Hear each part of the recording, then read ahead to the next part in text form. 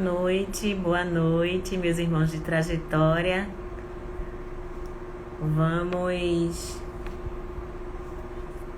Vamos dar um tempinho para o pessoal chegar, né?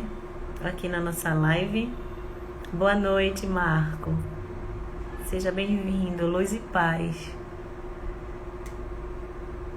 Então, hoje é a nossa 12ª live, né? Aqui da Seara Espírita Irmã Lúcia. Depois de todo esse tempo que nós estamos longe fisicamente um do outro, né? Nós estaremos, mesmo assim, com os corações perto, através do Evangelho de Jesus, das palavras amorosas e amigas que nos fazem refletir e encontrarmos esse equilíbrio interior, para que possamos, assim, atravessar esse momento tão difícil que todos nós e o nosso globo terrestre está passando, né? Então, que através das palavras desta noite, nós possamos nos tranquilizar.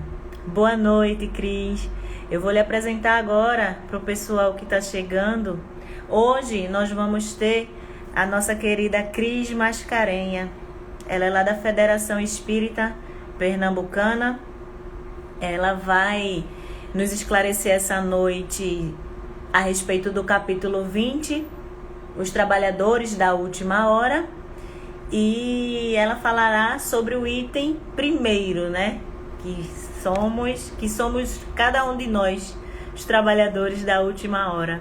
Pelo menos assim eu me denomino, uma trabalhadora da última hora. Então eu vou chamar a nossa irmã agora, né, para a nossa live, para que a gente não perca tanto tempo da fala dela. Então vamos lá.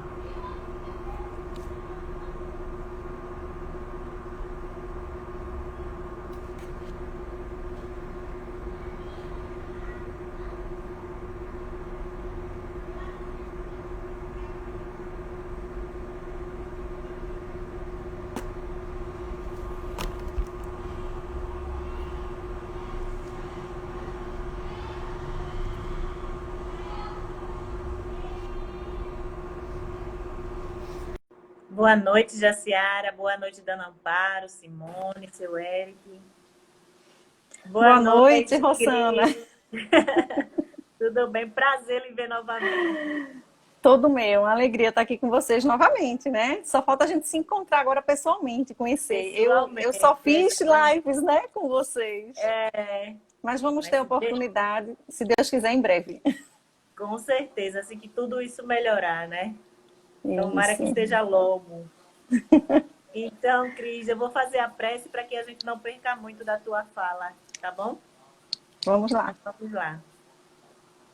Em nome de Deus, de Jesus e Maria Santíssima, é com tanta alegria no coração que agradecemos ao Pai Maior por esta oportunidade de podermos estar aqui hoje, nos esclarecendo sobre o Evangelho que o nosso irmão maior Jesus nos deixou. Então, permite que os bons espíritos possam ajudar a nossa irmã que vai proferir as palavras desta noite, e que essas mesmas sejam dotadas de energias edificantes que adentrem não só os nossos lares, mas as nossas mentes e os nossos corações, trazendo equilíbrio e paz para esse momento tão conturbado que todos nós estamos passando. E assim sendo, meu Deus, te pedimos permissão para iniciarmos mais esta atividade na noite de hoje. Que assim seja. Assim é com você, Cris. A palavra é toda sua. Obrigada, Rosana. Vamos lá, vamos conversando, né? Vamos. O momento que quiser, você pode interromper, pode comentar, trazer alguma coisa. Deixa eu só ficar combinar dinâmico contigo, Cris, uma coisa. Quando tiver faltando 5 minutos, para não te interromper, eu vou levantar a mão e aí você vai finalizar para a gente terminar com a prece, tá bom? Perfeito, combinado.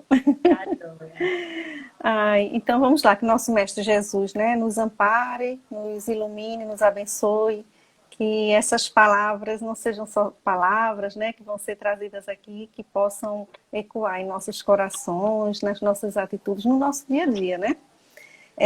Esse item que fala tão diretamente aos espíritas, né? Ele cita o nome espíritas, né? Realmente falando direto para a gente, muito significativo.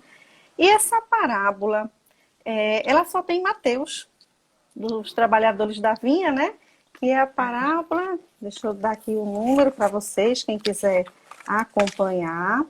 Ela é capítulo 20 e tem 1 a 16. Quem quiser acompanhar. Mas a gente vai passando aqui versículo a versículo dela, de pouquinho, né? E ela faz parte daquele grupo de parábolas do reino, né? Que sempre começa daquele jeito, né? O reino dos céus é semelhante, né? E aí vai. Então, essa começa assim, né? Pois o reino dos céus é semelhante ao homem senhor de casa. E aí vamos já começando a pensar, quem é esse senhor de casa? Quando a gente traduz lá do hebraico, ele realmente era o pai de família, era um mestre da casa, que na parábola ele está representando Deus. O dono, né, do universo, o dono de tudo, né? Então ele é o pai de família, inclusive, né? E aí que saiu ao raiar do dia. E aí já tem uma coisa tão interessante, porque eu lembro do que Jesus disse, né? Meu pai trabalha até hoje e eu trabalho também. Então, olha só, o dono da vinha, né, o senhor, o pai de família, ele sai cedo. Saiu ao raiar do dia, ou seja, na primeira hora, né? A gente tinha uma vigília, os hebreus, eles tinham das 18 horas da noite até as 6 da manhã, que era dividida em 4 tempos, né? Então, quando ele sai, aí olha que coisa interessante, ele sai bem cedinho, então ele sai na quarta vigília, na última, quase 6 da manhã, já querendo o sol nascer. Então, ele chega na última hora, e esse que está na última hora, ele vai ser o primeiro do próximo turno. Ele está na escuridão, na noite, lá na última hora, mas quando vira, ele vai ser o primeiro.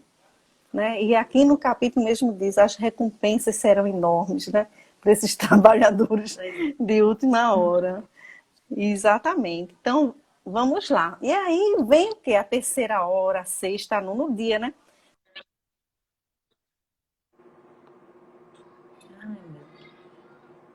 E até só quando escurecia, quando o sol ia embora. Então, se trabalhava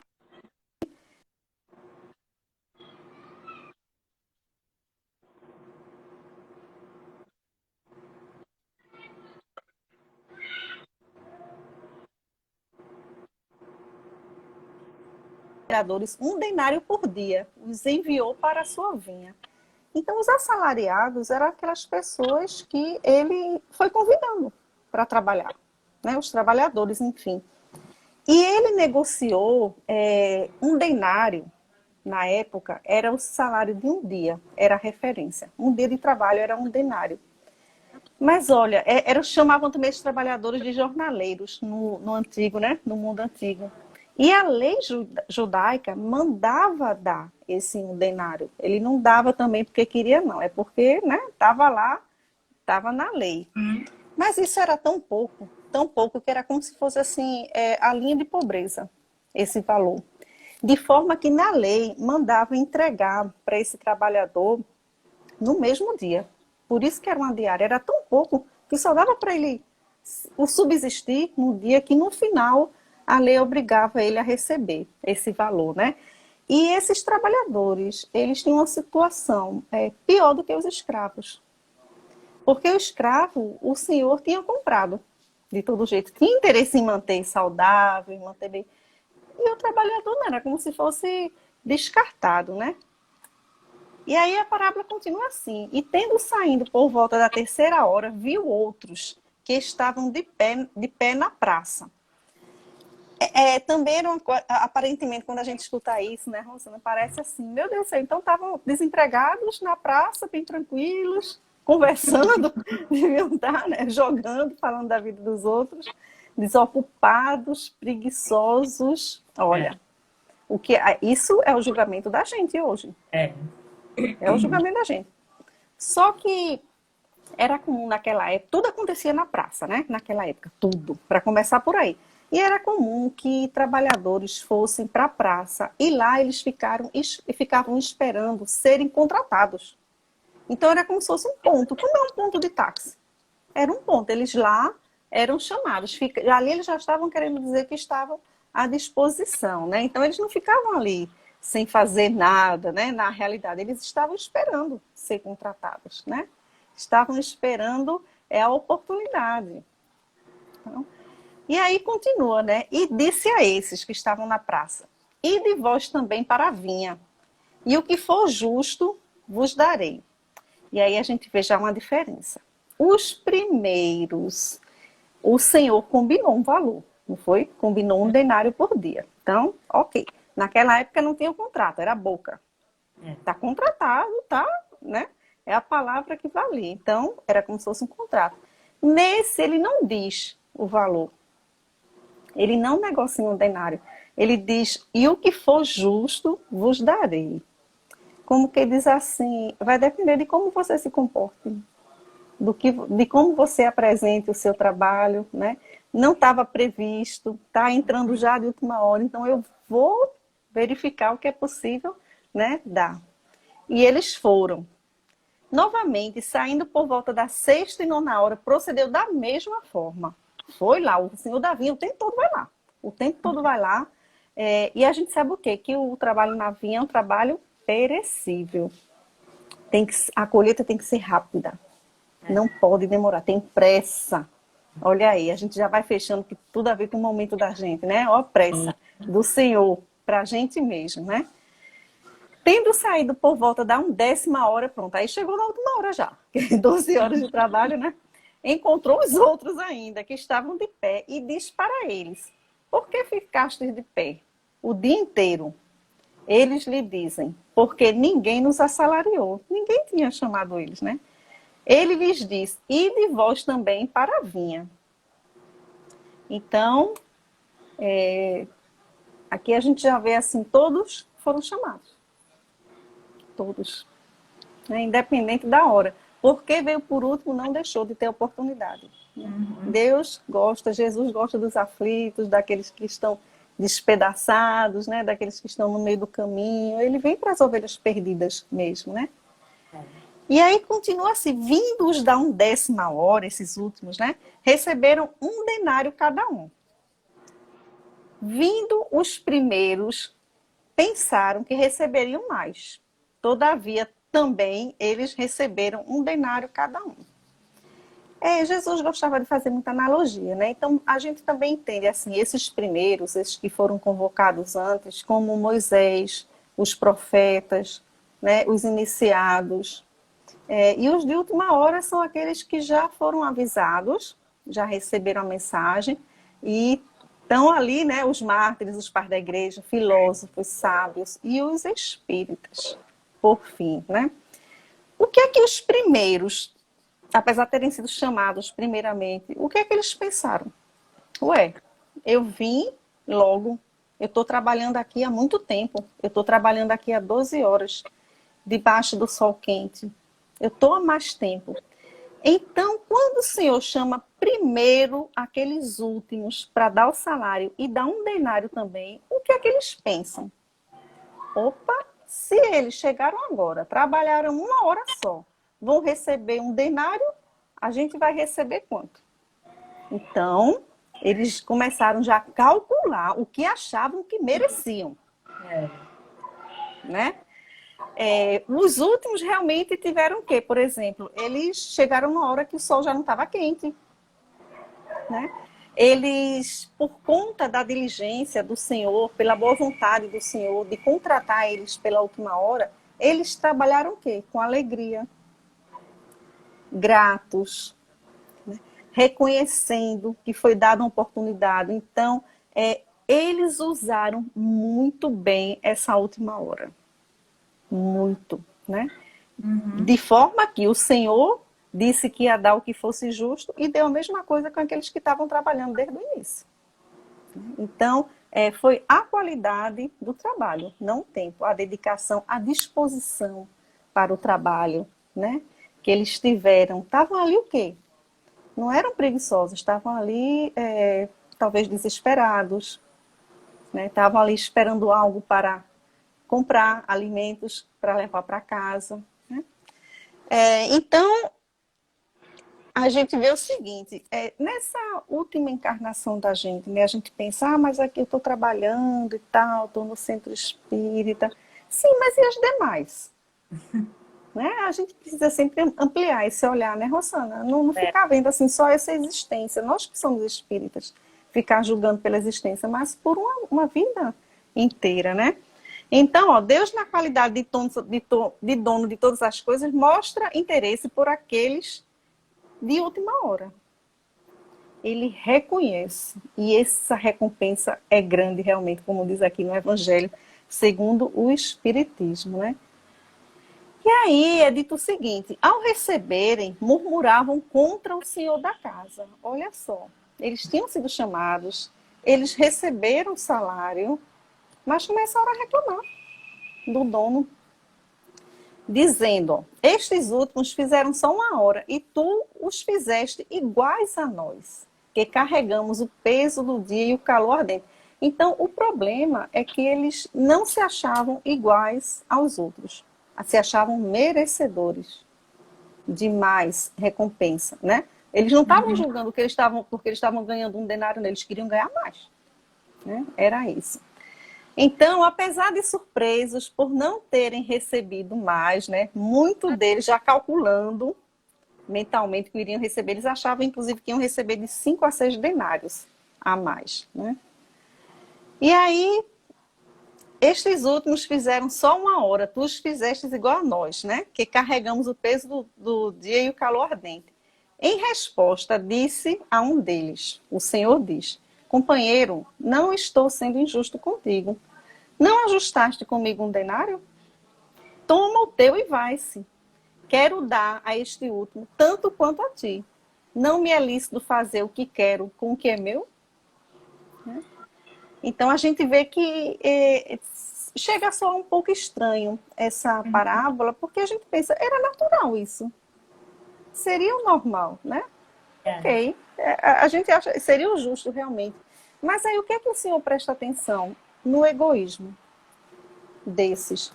Porque esses que chegaram primeiro, eles sabiam que os que tiveram chegado, os que tinham chegado por último, tinham as mesmas necessidades. Precisavam do mesmo jeito. Tinham as famílias também, né, para serem abastecidas, alimentadas, né? Então, e era uma prerrogativa do patrão. Tinha sido acordado, eles não tinham sido desmerecidos em nada, eles não foram prejudicados em nada, e eles queriam ali pensar, fazer um julgamento como se fosse o senhor da vinha, né? E aí é tanto que o senhor pergunta, ou teu olho é mau porque eu sou bom? Quer dizer, se ele fosse no lugar do de última hora, ele não ia achar bom receber mais? A satisfação, a alegria quando a gente ganha uma gratificação sem esperar. Porque a gente fez algo diferente, né? E engraçado que o teu olho é mau era uma expressão idiomática que existia na época. O mau olho significava justamente a né? Eles realmente estavam sendo mesquinhos. Aí termina a parábola dizendo assim: assim, os últimos serão os primeiros, e os primeiros serão os últimos. Os primeiros bem, também. E os últimos, sim, aquele afinco, né? Aquela vontade de dar tudo naquela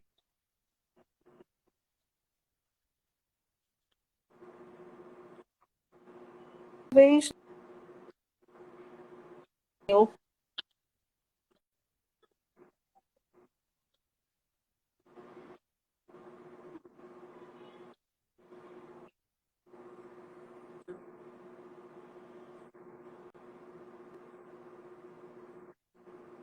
Foi Rossana. Não sei se sou eu ou se é a Rossana que deu uma parada, mas eu vou continuar.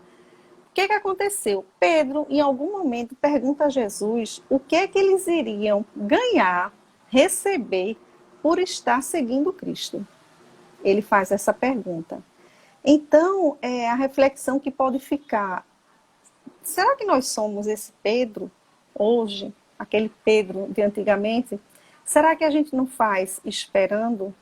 Será que a gente não faz achando que merece mais que o outro? Assim como Pedro, discípulo de Jesus, perguntou o que é que eles receberiam por estar seguindo o mestre.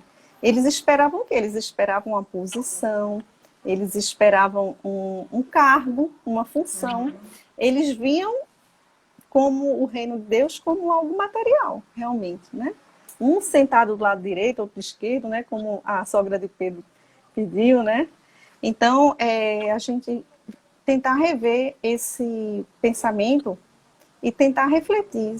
Será que eu estou... O que é que eu estou esperando? Será que eu estou esperando receber alguma coisa?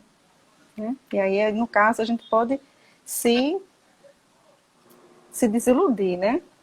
E aí a gente fica pensando, para quem que Jesus estava falando essa parábola, né? Fica bem claro assim que ele solta isso por conta desse questionamento de Pedro. Fica também muito claro que ele dá uma resposta para os fariseus, né? Mas Mateus indica que a parábola era dirigida realmente aos discípulos. Por quê? Sendo discípulos do Cristo lá no início, eles tinham problemas de inveja, eles competiam entre si, até pela amizade do mestre. Discussões frequentes eles tinham, né? Eles tinham sim uma arrogância, porque eles estavam com o reino de Deus, eles estavam com o rei dos judeus, estavam com a razão, então eram arrogantes sim, né? Tinham ideias de superioridade um com o outro. A gente sabe que Judas foi um discípulo que não foi escolhido por Jesus. Ele se ofereceu e Jesus aceitou, né? Então, os outros discípulos viviam criticando ele, viviam conversando sobre ele, e ele notava isso. E isso perturbava. E quando eles levavam os assuntos, as preocupações deles com relação a Judas para Jesus, Jesus queria ser entregue por Judas, mas não é que defendia Judas, criminava o comportamento dos discípulos. Ele dizia o seguinte: cada um tome conta de sua condição. Jesus não alimentava aquela crítica, né, que eles faziam com Judas. Dizia só isso, que cada um fosse cuidar dos seus problemas. Né? Cada um ali tinha uma questão também. Então, essa parábola fala muito para os discípulos, com eles, né? Que se achavam, porque tinham sido o quê? Os escolhidos, os convidados, né? E quem somos nós hoje? Quem somos nós que já recebemos tanta mensagem, que já lemos tanto, estudamos e fazemos ESD, fazemos EAD e curso de passe, de mediunidade, de tudo. Nós não somos esses discípulos, porque o discípulo é aquele que está sendo treinado. O discípulo é aquele que está sendo orientado, é o que está sendo acompanhado, né? É que busca o mestre na frente, os discípulos vão atrás. Então, nós somos os discípulos. Mas a ideia é nos tornarmos apóstolos. Aí, fazer realmente obras é que vai dizer do aprendizado da gente. Então, essa situação aqui cabe muito para nós quando a gente, como espírita, acha que tem a razão.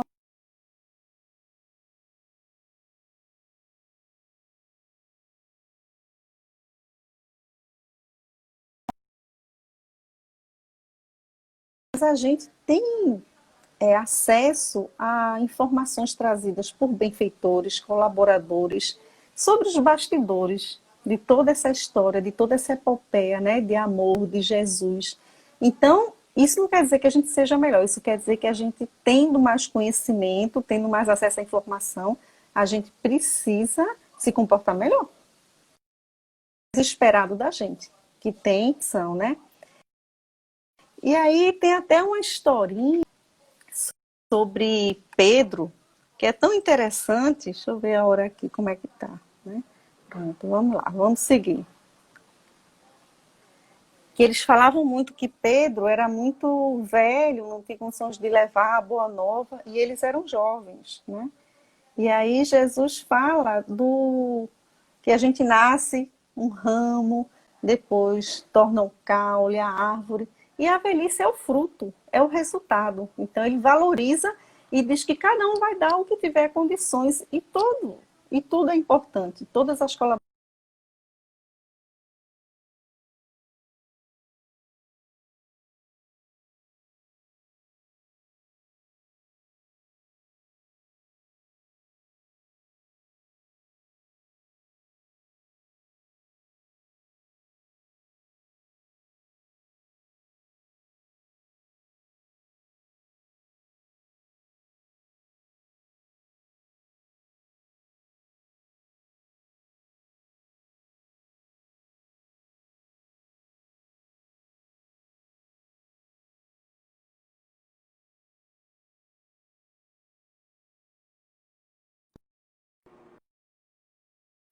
Então, o que a gente pensa do Senhor da vinha é o seguinte: o juízo de Deus não é pela percepção que os seres humanos têm da justiça.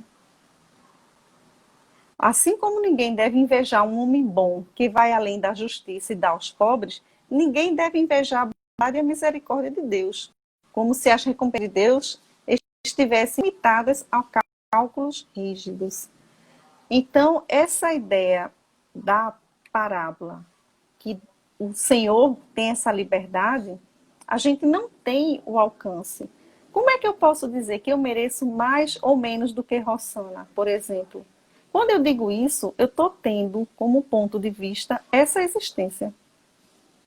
E mesmo assim, eu não conheço o caráter do coração dela. Eu não sei das intenções dela.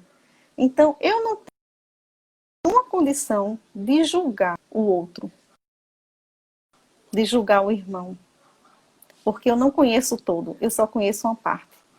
Partindo do princípio, inclusive, que eu não conheço totalmente nem a mim mesmo, no sentido de que é preciso o quê? O véu do esquecimento.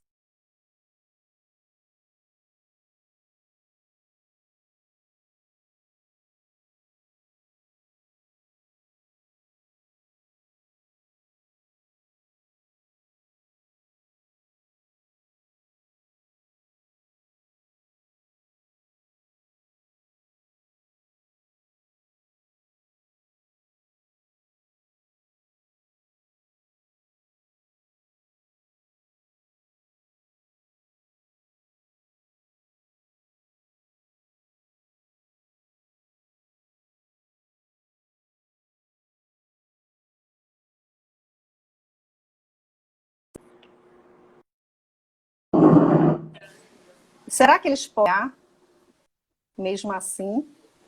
Sim. Aí nós temos histórias, muitas, de espíritos de uma grandeza maior, inclusive, que vieram com a missão e que falharam.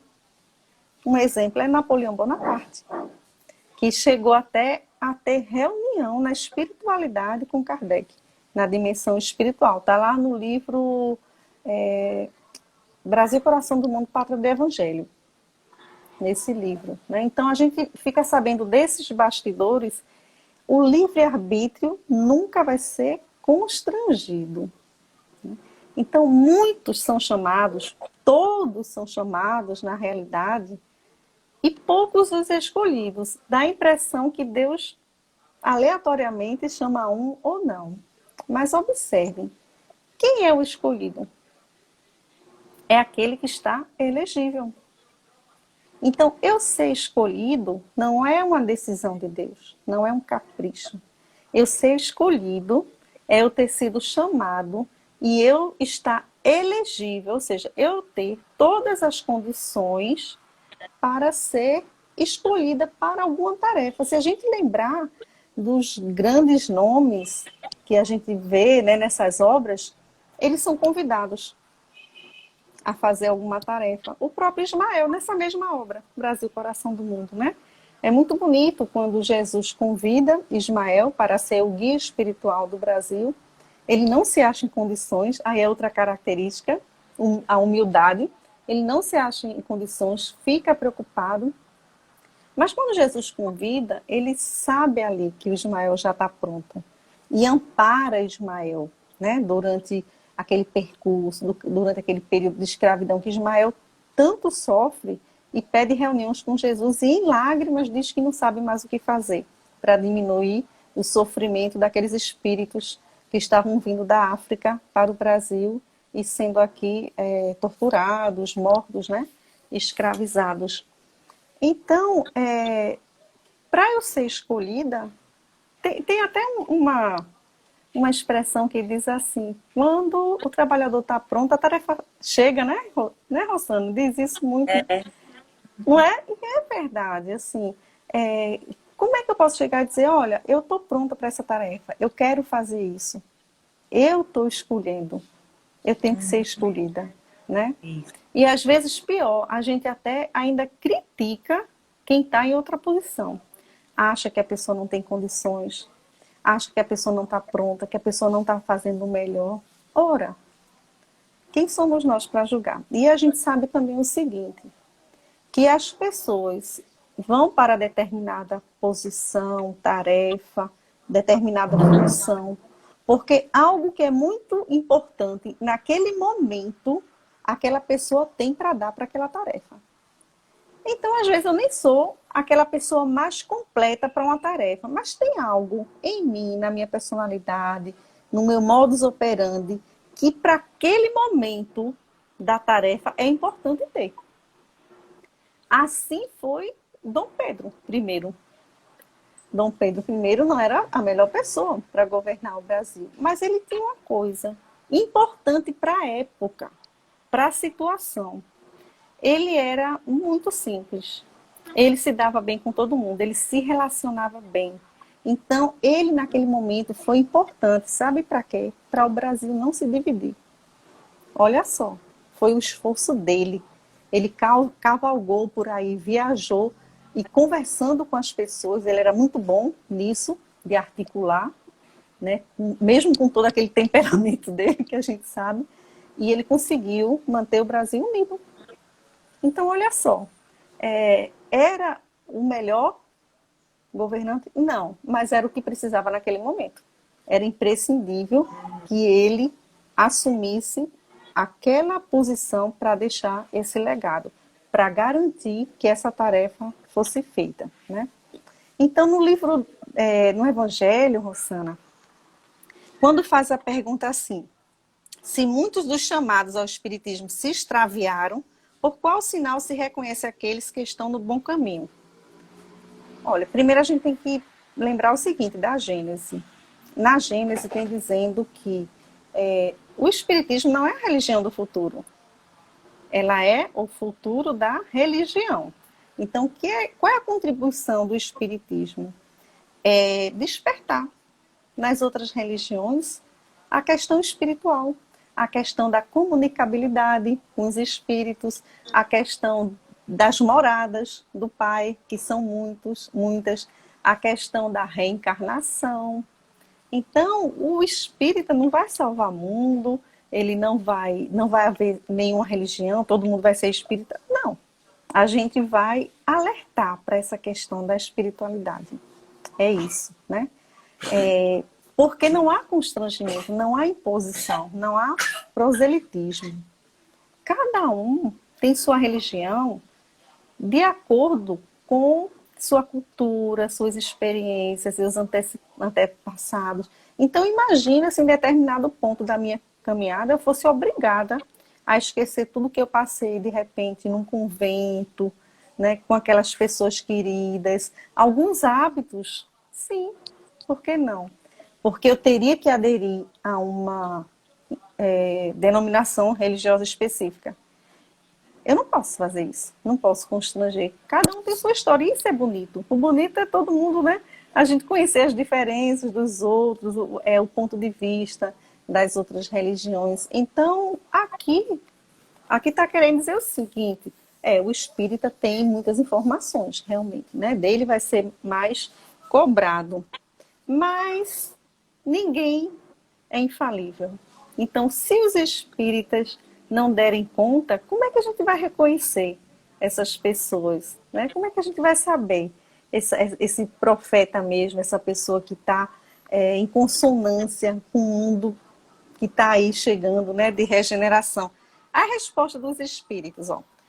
Vós os reconhecereis pelos princípios de verdadeira caridade, que eles professarão e praticarão. Vós os reconhecereis pelo número das aflições às quais terão levado consolações.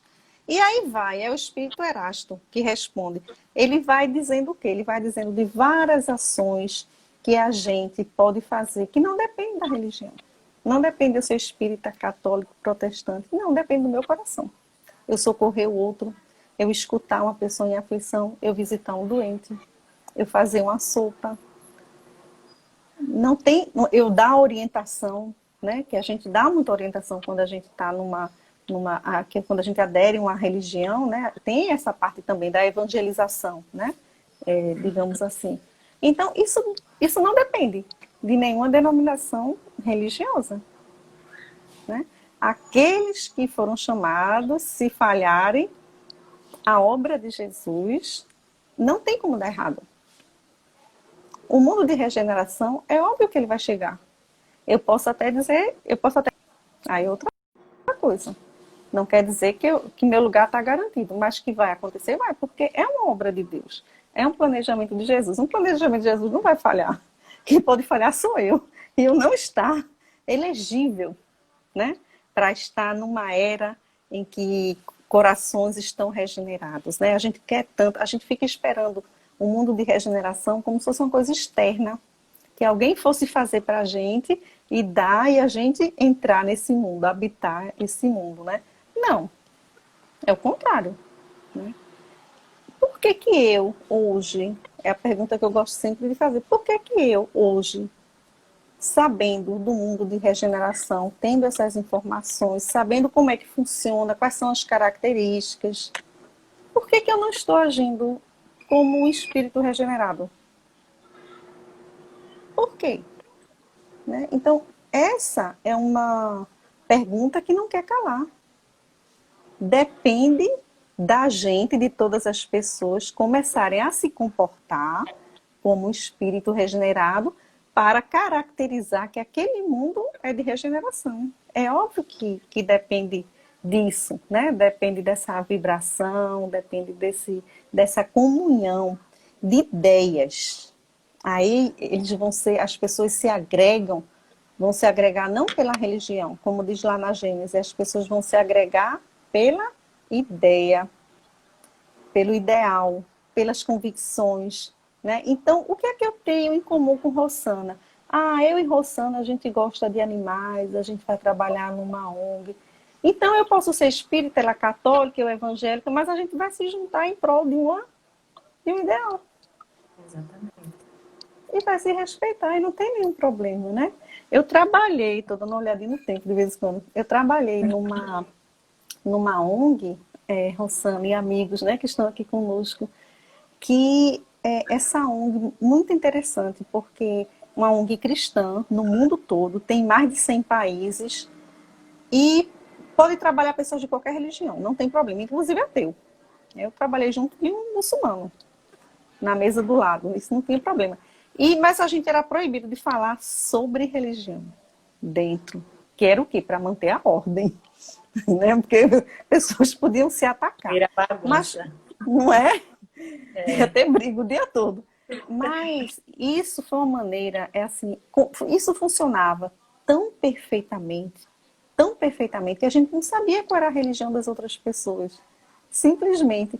E a gente tinha ali um ideal, a gente tinha um objetivo, a gente tinha umas metas sociais, obviamente, e estava todo mundo trabalhando para aquilo, junto.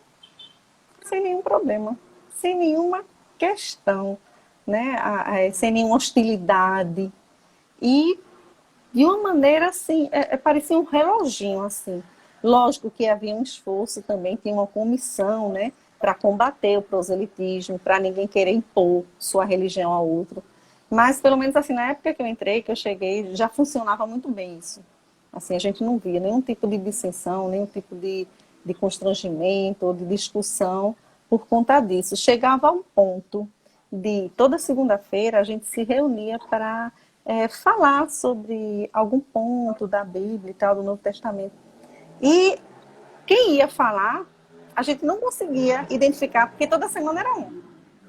A gente não conseguia identificar pelo discurso as religiões. Olha só que beleza. Porque o que se falava ali, o que se tirava da letra, olha aí o que Paulo de Tarso diz, tem que tirar o espírito da letra. O que se tirava ali da letra era o quê? Era o amor, a tolerância, o perdão, a caridade.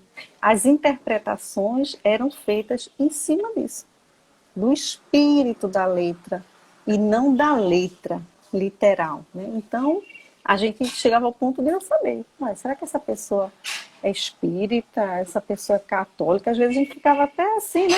Curiosa, e não conseguia identificar, porque os discursos eram centrados no cerne da questão, no Cristo, na ética, na moral dele, né? Então, os poucos que serão os chamados, o chamado é o chamado coração.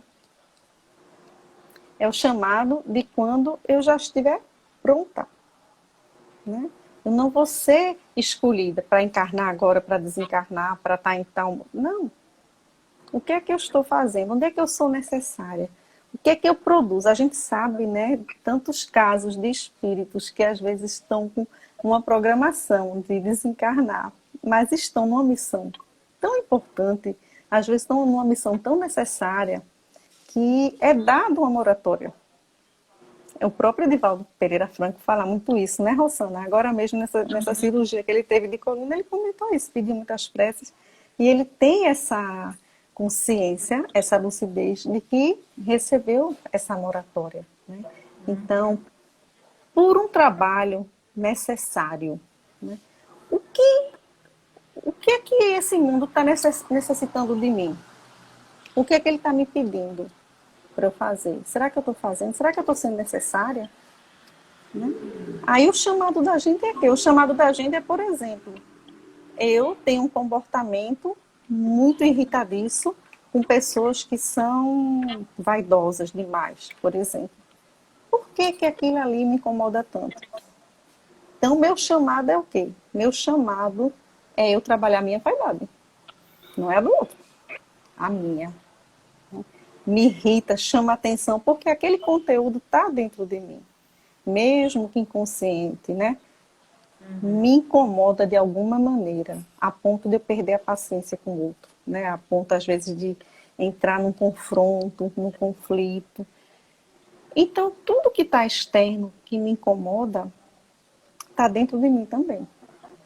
É um ponto a se pensar, né? Se esse conteúdo é do outro, não é meu, por que toca em mim? Por que me move tanto? Então, o chamado é aí. Como é que eu estou sendo em relação a esse ponto com os outros? Será que eu estou sendo vaidoso no lugar que eu trabalho? Será que eu estou sendo vaidoso no centro, na instituição religiosa que eu frequento? O valor que eu dou a mim, às vezes, né? A necessidade de ser o centro das atenções, às vezes de impor o que eu quero, o certo é o meu. Então, a reflexão é para dentro. O chamado a gente conhece pelo externo. Aí a gente tem ideia de qual é o chamado da gente. Aí a gente vai lá, né, pro Pentateuco de Kardec, onde diz o seguinte: como é que é reconhecido o verdadeiro espírita? Pelo esforço que ele faz para frear as imperfeições, né, dele, de forma que hoje eu seja um pouquinho melhor do que ontem e amanhã eu seja um pouquinho melhor do que hoje. Então, estou cortado do mundo de regeneração porque ainda tenho tais imperfeições. Não, a gente sabe que o mundo de regeneração, você ainda tem provas. Você pode não ter expiação, que a expiação é meio compulsório, né? Você realmente precisa passar por aquilo, você vai ter que passar. A aprovação, às vezes, é um aprendizado, né? Aquela prova final mesmo.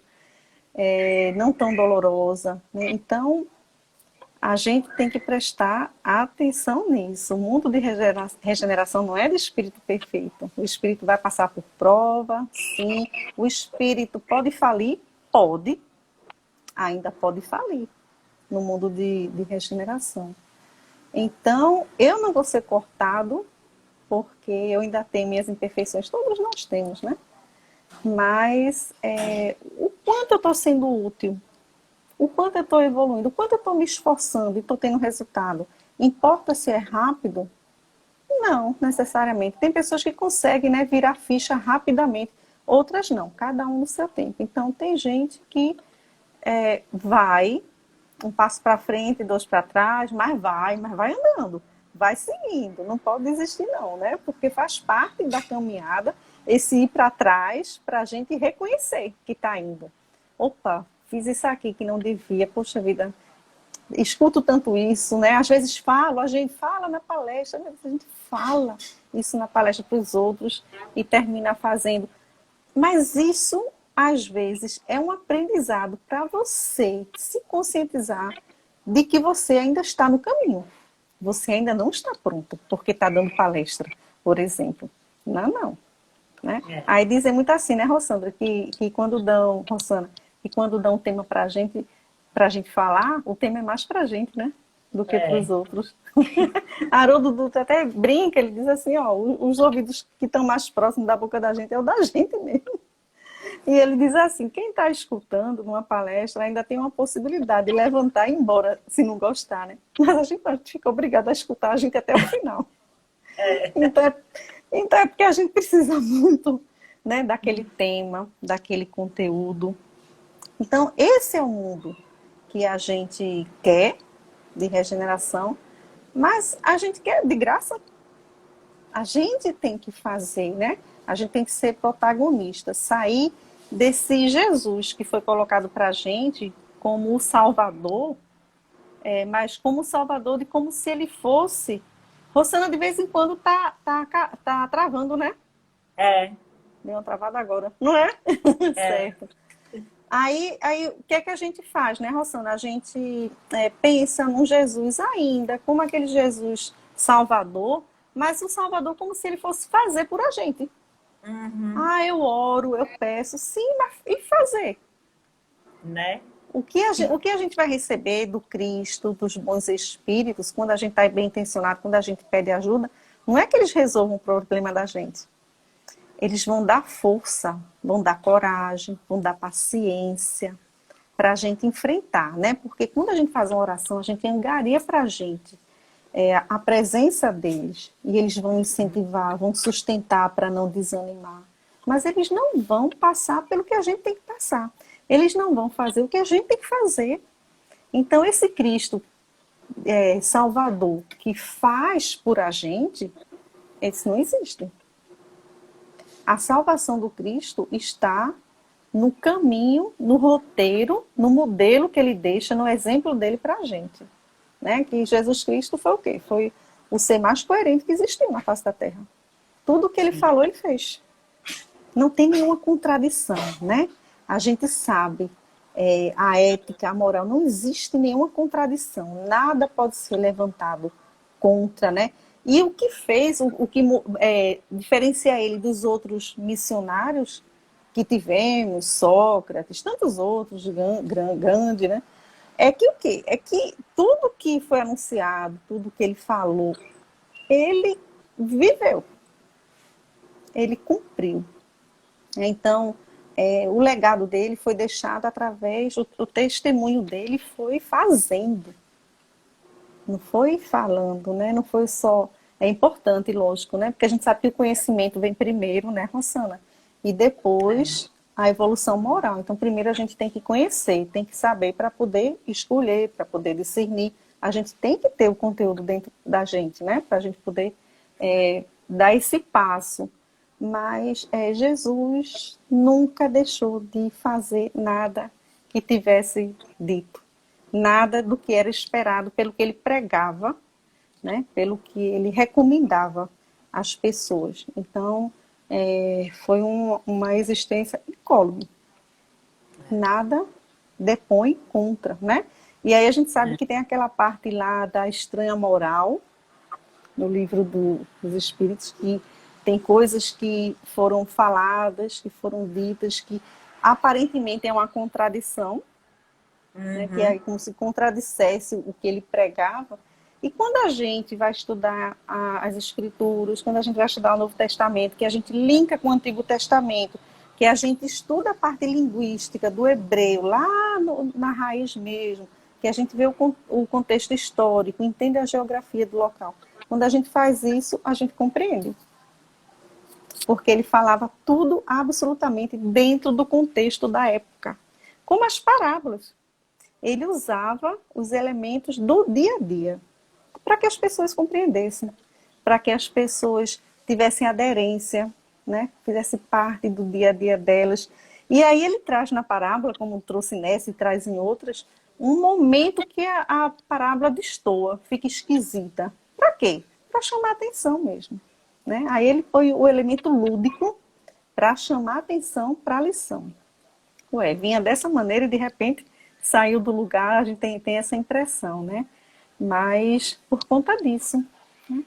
Então, o que será que nós estamos fazendo para sermos elegíveis?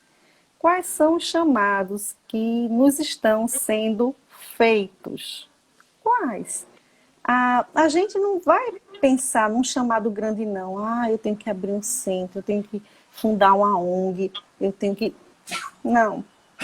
No dia a dia, a cada momento tem um chamado. Então, uma pessoa que pisa no meu pé é um chamado. Uma pessoa que quer conversar comigo é um chamado. O tempo todo. Porque aí Paulo já recomenda, né? Ser fiel no pequeno, para que a gente consiga no grande. A gente não pode pular etapa. A natureza não dá saltos, a gente escuta muito isso, né? E é verdade, é uma lei de Darwin e o Espiritismo corrobora isso. Então, se a gente ficar atento ao presente, a hoje e ao que está acontecendo no momento, a gente vai responder ao chamado o tempo todo. O tempo todo. Porque o tempo todo acontece coisa que está chamando a gente, está dando uma oportunidade para a gente fazer diferente. Mas se mesmo assim a gente não compreendeu o chamado, a gente não entendeu, a gente não prestou atenção, ou a gente não fez porque não quis mesmo, ou porque ainda não conseguiu sentir isso, não se preocupe, não nos preocupemos, porque mesmo assim nós vamos receber novas oportunidades. Mesmo assim, Jesus vai continuar nos chamando. Mesmo assim, durante o dia vão acontecer várias coisas que a gente possa fazer diferente. Sempre. Porque é da lei. É da lei a evolução, o progresso, a gente avançar, a gente ser feliz. Então, a gente só escolhe assim. Eu quero mais cedo, menos ou mais. O quanto é importante a gente, realmente. Mas não tem como fugir da fatalidade de ser feliz, né? Aí, né, Rosana? Eu estava dizendo, a gente só vai escolher assim, se quer sofrer menos ou mais. Massa, terminando, né? A live. A gente faz essas escolhas, né, para a felicidade da gente, finalizando, só decidindo isso, se a gente quer avançar mais rapidamente ou não, sofrendo mais ou sofrendo menos. Né? A gente faz essa escolha e vai ser possível a gente fazer sempre, independente da condição da gente, né? Porque as ovelhas do Pai, a última da desgarrada será trazida por Jesus, né? E quando ele traz a ovelha, ele traz nos braços, ele não ralha com a ovelha, não, ele traz nos braços, com carinho, com afeto, vai buscar aquela ovelha desgarrada, né? Então, querida Rosana, amigos que aqui estão com a gente, né? Eu não percebi as perguntas porque são pequenininhas, né? Passa tão rápido. Mas eu agradeço demais pelo convite, É, por esse bate-papo, né? A live tem essa coisa assim descontraída, né? Da gente de ser um bate-papo assim bem gostoso, é sem muito ótimo. roteiro formal assim de palestra, né? Obrigada pelo Uhum. convite. Um beijo enorme a todos da Seara Espírita Irmã Lúcia, todos que estão aqui conosco assistindo. Fiquem com Deus.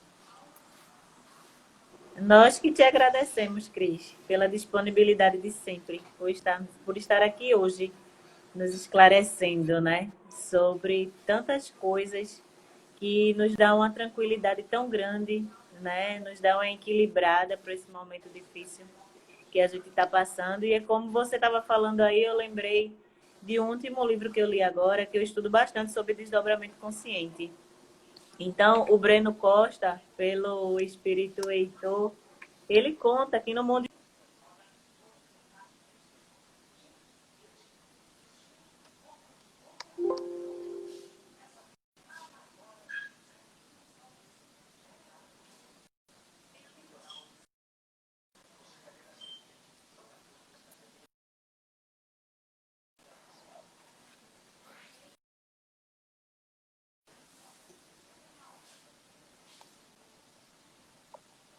Olha só,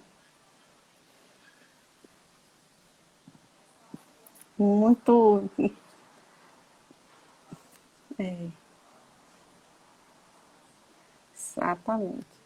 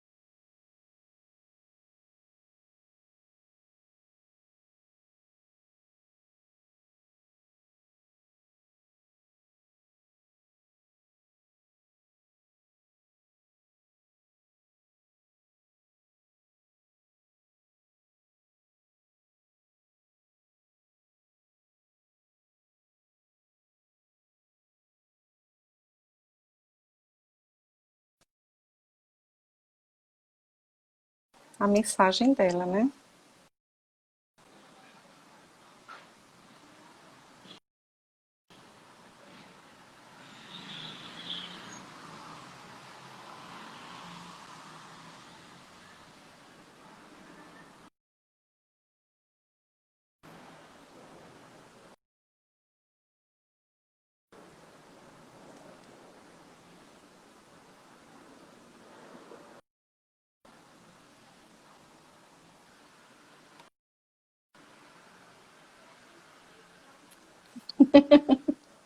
Sim, estou te escutando agora. Normal, dá uma travadinha. Esse horário é muita live acontecendo.